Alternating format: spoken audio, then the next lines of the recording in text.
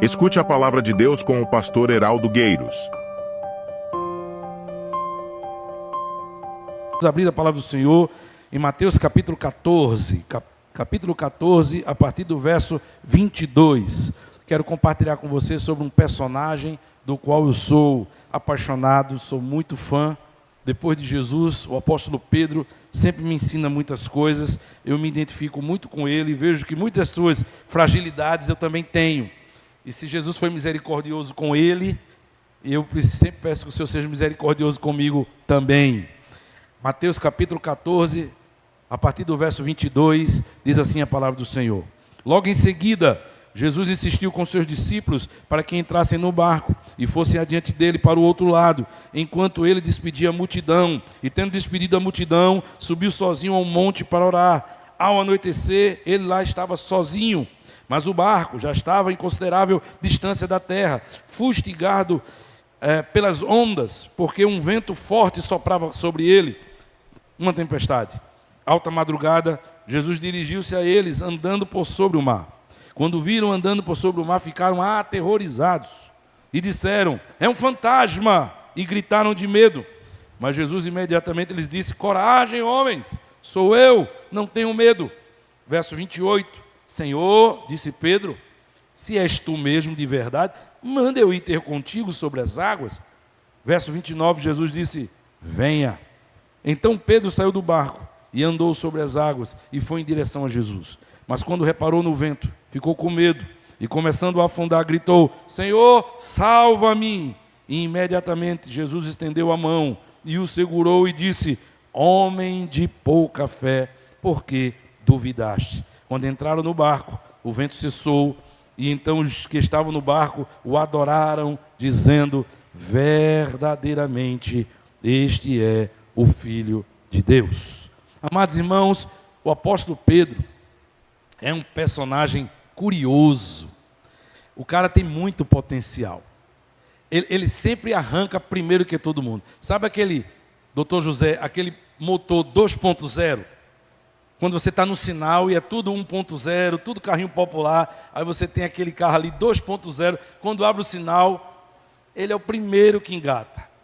Pedro tem potencial, ninguém pode negar, mas Pedro, conquanto tenha muito potencial e saia sempre na frente, e sempre nos surpreenda com suas palavras, ações, é alguém que sempre está pisando na bola. Mateus capítulo 16, 2 capítulos depois, a gente vai ter uma outra cena muito interessante. Jesus reúne os discípulos e diz assim: quem diz os homens que eu sou? Ah, dizem que tu és um dos profetas, dizem que tu és Elias. Aí Pedro chega e diz assim: tu és o Cristo, Filho de Deus vivo. Todo mundo, menino. Minutos depois, Jesus começa a dizer assim: mas esse Cristo, como o nome diz, Cristo, é aquele que dá a vida, vai ter que morrer, vai ter que ir para o madeiro, para a cruz. Aí Pedro: não, Senhor, o que é isso? Para com isso, não tem necessidade, tem piedade de ti mesmo. Aí Jesus olha para aquele cara que acabou de responder certo e diz: para trás de mim, Satanás, tu não cogita das coisas, uma dentro, uma fora. Capítulo 17, um capítulo depois de Mateus, Jesus chama os três mais achegados. Mateus está junto. Venham cá, vou mostrar para vocês um negócio. Jesus os leva até um monte e Jesus dá para eles o privilégio de ver a visão da transfiguração. Eles veem Jesus conversando com dois anjos, que eles acham que talvez seja Moisés e o próprio Elias. Eles ficam abismados com aquilo, atônitos. É uma visão celestial. Quando a visão já está acabando, eles estavam ali só para assistir. Aí Pedro entra no assunto angelical e diz assim: Senhor, que bom estarmos aqui. Quer que a gente faça uma barraca para o Senhor, para Moisés? O que é que tu tem que se meter no assunto, Pedro? Pedro, era só para ver, Pedro. E aí diz o texto que então a imagem sai. Aqueles dois personagens são recebidos ao céu. Jesus desce do monte. Pedro fica até sem resposta, ficou no vácuo. Jesus nem disse que sim nem que não. Pedro, sempre com muito arranque, mas sempre dando uma fora. Você vai ver isso em todo o Evangelho de Mateus. Lá no capítulo 26, quando Jesus está terminando o seu ministério, Pedro tentou lacrar em cima dos discípulos. E disseram: ó, Jesus, todo mundo com medo, aquela situação, o que vai acontecer? Jesus disse: mesmo que todos te abandonem, eu estou pronto a morrer contigo, jamais te abandonarei. E Jesus, com aquela paciência santa e divina, que eu peço que Ele tenha sempre comigo, todos os dias, olha para Pedro e diz: Pedro, tu não sabe o que tu está dizendo, Pedro. Ainda hoje tu vai me negar 3 vezes. Fica quieto, Pedro. Fica quieto, Pedro. Pedro, irmãos, é esse homem. Ninguém pode negar o potencial dele. E por isso, na história dos discípulos, Pedro se tornará um grande líder. Ele vai liderar esses discípulos. Mas, neste momento, enquanto esse tempo ainda não chega, enquanto ele não é revestido do Espírito Santo, Pedro, na verdade, por enquanto, é aquele cara que vive quebrando a cara. Quando ele pensa que vai abafar, quando ele pensa que fez uma coisa extraordinária, ele mesmo destrói o que ele fez. Ele mesmo desfaz o que ele fez. Ele começa bem e ele termina mal, ele mesmo. Essa passagem que nós acabamos de ler, de Mateus capítulo 14, irmãos, é um grande exemplo disso. O texto diz que eles passaram o dia todo com Jesus, e Jesus pregou, e Jesus orou, e Jesus curou enfermidades, e Jesus expulsou o demônio. Foi um dia profundamente ativo e de muita manifestação sobrenatural. Eles já estão há mais de 1 ano andando com Jesus, mais de 1 ano presenciando o poder de Jesus. Terminado o dia, como de costume, e esse é o segredo do ministério de Jesus, muita oração. Jesus despede os discípulos assim: vão logo na frente, vocês estão com fome, estão cansados, mas eu tenho que orar, eu tenho que reabastecer as minhas energias. E ele vai orar. E Jesus, quando começa a orar, irmãos, tem hora para começar, mas não tem hora para terminar. Lá pela madrugada, os discípulos ainda estão no caminho, cruzando o mar da Galileia. Foram tomados no meio do caminho por uma tempestade. Estavam desesperados, cansados, aflitos, e no meio do nada, no meio daquela tempestade, Jesus aparece. O que é andar por sobre o mar? Alguém que traz a vida ao morto, alguém que traz a visão ao cego, alguém que traz saúde ao coxo, alguém que liberta de uma legião, alguém que multiplica pães e peixes para 5.000 homens, fora mulheres e crianças. O que é andar por sobre o mar? Esses homens todos os dias veem milagres sobrenaturais, porque eles andam com o Filho de Deus. Mas o texto diz que quando Jesus está chegando perto do mar, como é a primeira vez, tempestades, cansados, angustiados, com medo, eles se desesperam, e aí é a cena que nós acabamos de ler.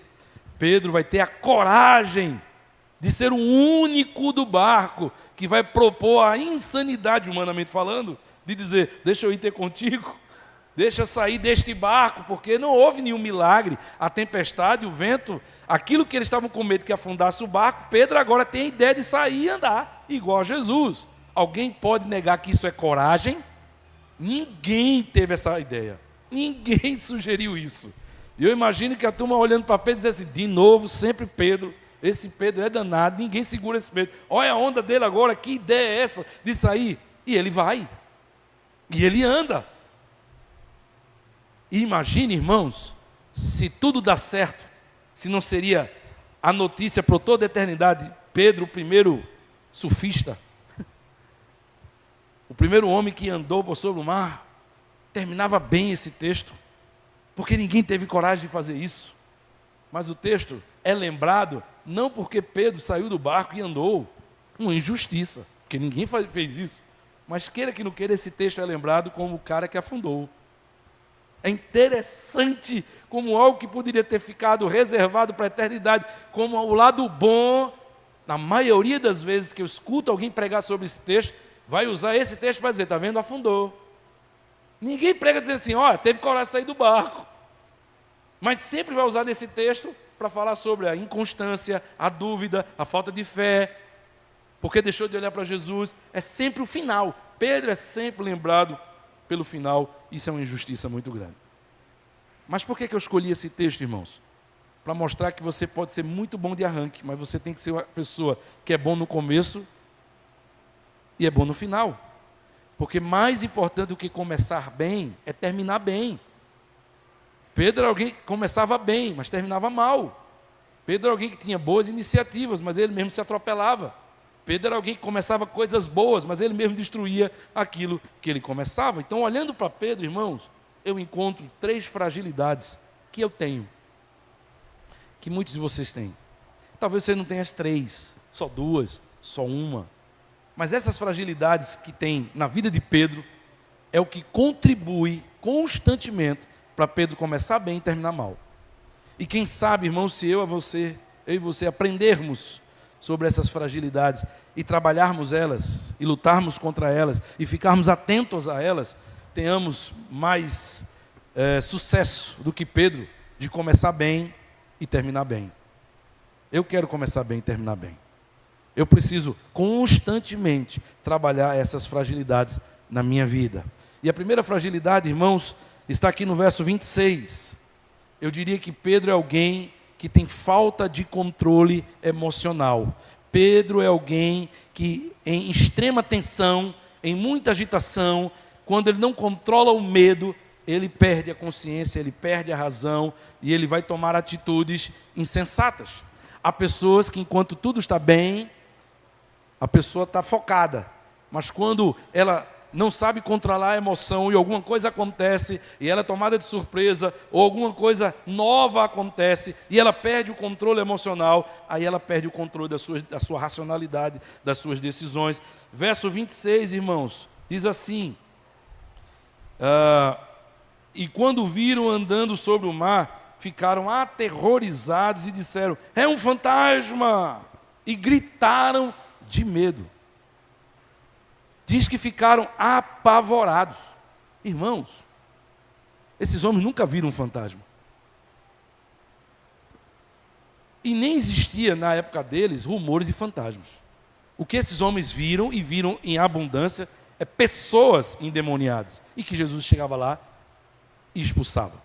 Nós estamos no capítulo 14. No capítulo 10, quando eles saíram de 2 em 2, eles receberam autoridades e eles oraram por espíritos imundos, e espíritos imundos foram expulsos. Mas fantasma, irmãos, esse delírio, esse ápice do desespero de achar que é um fantasma, de gritar e berrar. O texto diz que eles gritaram desesperados. Você sabe o que é um grito de susto? E você sabe o que é um grito de desespero? Um grito de susto é aquele grito pontual. Mas um grito de desespero, um grito de angústia, é aquele grito que você vê quando uma pessoa perde alguém, é quando você vê alguém, é um grito de descontrole, é um grito prolongado, é que enquanto aquela situação está ali, a pessoa está histérica, gritando. Eles gritaram de forma histérica, achando que poderia ser um fantasma. E olha a resposta de Jesus. A resposta de Jesus no verso 27 deixa muito claro esse descontrole emocional deles. Jesus imediatamente disse: coragem, homens. Que é isso? Para com isso. Não tenham medo. Que conversa de fantasma é essa? Onde é que vocês ouviram isso? De onde saiu isso? Que descontrole é esse? Sabe aquela coisa que você tem que às vezes chegar em alguém que perdeu a controle, você dá um sacolete e diz assim: ei, olha para mim, pare com isso. Pare com isso, olhe para mim, respire fundo, conta até 10. Com descontrole emocional. A falta de controle emocional mina a tua energia. A falta de controle emocional faz com que você faça coisas que você se arrepende. A falta de controle emocional faz com que você revele outras fragilidades. Terrível, irmãos. Ninguém consegue resolver um problema sem controle emocional. Às vezes nós precisamos do controle emocional para entender as fases de um problema, que ele chega, que ele se estabiliza e que depois ele desce. Alguém uma vez perguntou para um piloto de avião: você não tem medo de pilotar um negócio desse, dar uma falha, cair e morrer? Ele disse: medo sempre. Por isso que a gente faz o checklist.